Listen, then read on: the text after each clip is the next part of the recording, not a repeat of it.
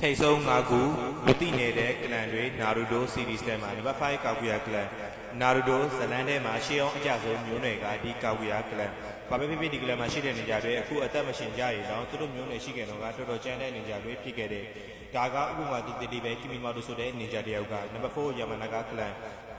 ဒီမျိုးနဲ့နေကြတွေရဲ့အဓိကပါဝါကတော့ဒီပြနေကြတွေရဲ့စိတ်ကိုထိန်ချုပ်နိုင်တာတည့်ရအတွက်တော်တော်ကြိုးစားပေးခဲ့တယ်ဒါပေမဲ့လူပြောနေတဲ့ကလန်ဖြစ်ခဲ့တယ်ဒီကလန်ရဲ့ပန်းအလှလေးကတော့အီနိုယာမနာကပဲနံပါတ်3ဆာရတိုဘီကလန်တည့်ရကိုဖန်တီးပြီးတဲ့နောက်ပိုင်းရွာတဲကိုပထမဦးဆုံးဝင်လာခဲ့တဲ့မျိုးနွယ်ကဆာရတိုဘီကလန်ကနေကြမျိုးနွယ်တွေ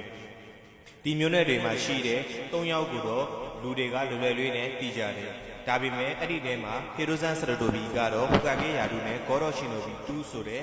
ယာဒူကိုချီးမြှောက်ထားခြင်းကိုခံခဲ့ရတယ်ဒီလိုနာမည်ကြီးတဲ့ကလန်ကို series ထဲမှာတိတ်မပြတ်တာကဆိုတယ်နံပါတ်2နာရာကလန်ဒီမျိုးနဲ့နေကြတွေရဲ့အဓိကပါဝါကတော့အရေးပဲအရေးနဲ့လုပ်လို့ရတဲ့ဂျူဆူမှန်သမျှကိုသူတို့လုံးနိုင်တယ်အိုင်ယူပိုင်းမှာလည်းဒီနေကြမျိုးနွယ်တွေကတော်တော်ကြံတဲ့နေကြတွေဖြစ်တဲ့အကောင်းဆုံးဥပမာကတော့ရှီကာဂိုနာရာနဲ့ရှီကာမာရူနာရာပဲဟိုကာကေရဲ့အကျဉ်းပြည်သူတွေဖြစ်တော့ခဏဆောင်ရွက်ခြင်းကိုခံခဲ့ရတယ်နောက်တစ်ဆင့်တက်ပြီးရှီကာမာရူကအခုဟိုကာကေဖြစ်သွားပြီဒါပေမဲ့လည်းလူသိနေတဲ့ကလန်တစ်ခုပဲနောက်တစ်ခုကအာဘူရာမီကလန်ဒီမျိုးနဲ့နေကြတွေရဲ့ပိုးကောင်းတွေကိုထိန်ချုပ်နိုင်တယ်တာမဲ့ပိုးကောင်းတွေမဟုတ်ဘဲနဲ့အဲ့ဒီပိုးကောင်းတွေကနေကြတွေကိုလေးလေးကူနဲ့တက်ချေနိုင်တယ်အဲ့ဒီပိုးကောင်းတွေကိုဒီနေကြတွေပဲအသုံးပြုနိုင်တယ် long distance fighter နေကြမျိုးနွယ်တွေဖြစ်ကြတယ်ဒီမျိုးနွယ်တွေမှာအဓိကတွေ့ရတာတော့ချီနိုအာဘူရာမီပဲ